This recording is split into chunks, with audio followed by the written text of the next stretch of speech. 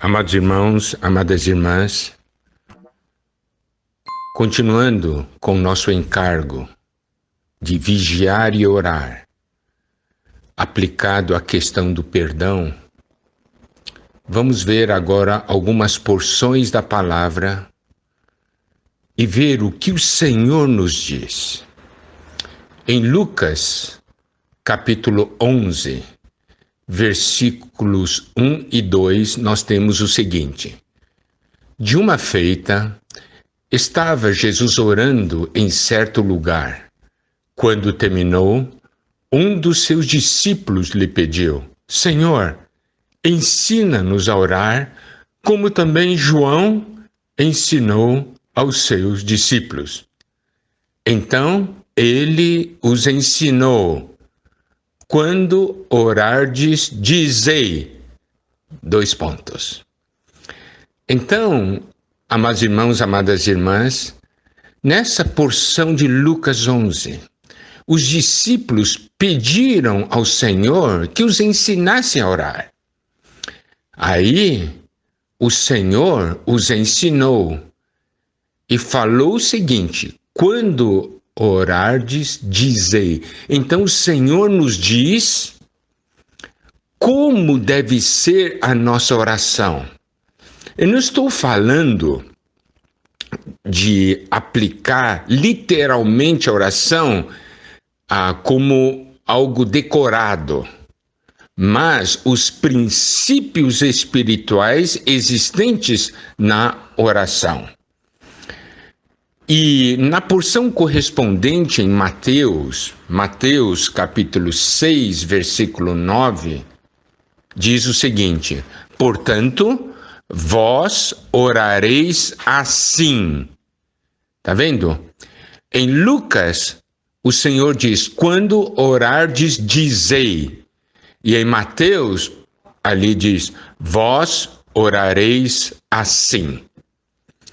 Agora, então, vamos ver como o Senhor ensinou na questão do perdão, tá? Tanto na porção de Mateus como na parte de Lucas. Na parte de Lucas, diz assim, Lucas 11, versículo 4: perdoa-nos os nossos pecados, pois também nós perdoamos a todo o que nos deve. Você viu? Perdoa-nos os nossos pecados, pois também nós perdoamos a todo o que nos deve. Agora, o que a porção de Mateus diz? Mateus, capítulo 6, versículos 12 a 13. E perdoa-nos as nossas dívidas, assim como nós temos perdoado aos nossos devedores. Em Lucas, o Senhor, ao ensinar oração, quando diz perdoa-nos os nossos pecados, pois também nós perdoamos, ele pressupõe que nós perdoamos a todo aquele que nos deve. Que nós temos uma prática de perdão. Perdoa-nos, pois também nós perdoamos. Agora, a porção de Mateus é uma porção que eu considero mais séria. Por quê? Porque diz assim: perdoa-nos as nossas dívidas, assim como nós temos perdoado aos nossos devedores. Baseado em Mateus, o Senhor disse assim, né, para nós: você tem que orar. Você tem que ler essa frase, você tem que ter essa frase. Por exemplo, quando você ora, você sempre diz assim: Senhor, perdoa os meus pecados. Não é verdade? Senhor, perdoa-me, cometi tantos erros, lava-me com seu sangue. Mas você não ora a segunda parte. Você não diz, assim como nós temos perdoado aos nossos devedores. E como você tem perdoado os seus devedores? Você tem perdoado? Se você perdoou só mais ou menos, você está orando assim: Senhor, perdoa os meus pecados mais ou menos, assim como eu perdoo os meus irmãos, meus amigos. Ou você não perdoa. Então diz assim: Senhor, perdoa-me assim como eu trato a questão do perdão com esses meus amigos. Significa o quê? Você também não deve me perdoar. Irmãos, vocês estão vendo? O Senhor, ao nos ensinar a orar, Ele vincula o perdão dele com o nosso perdão. Perdoa-nos as nossas dívidas, assim como, da mesma maneira.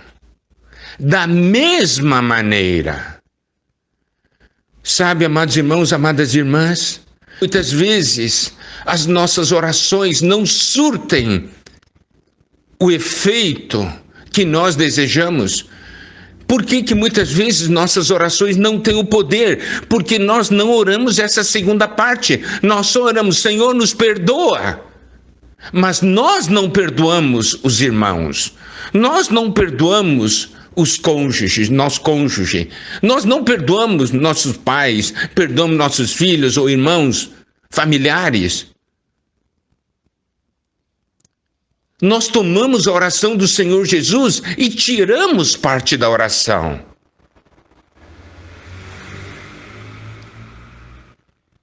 Em Lucas, o Senhor disse: quando orar, dizei. Você consegue dizer?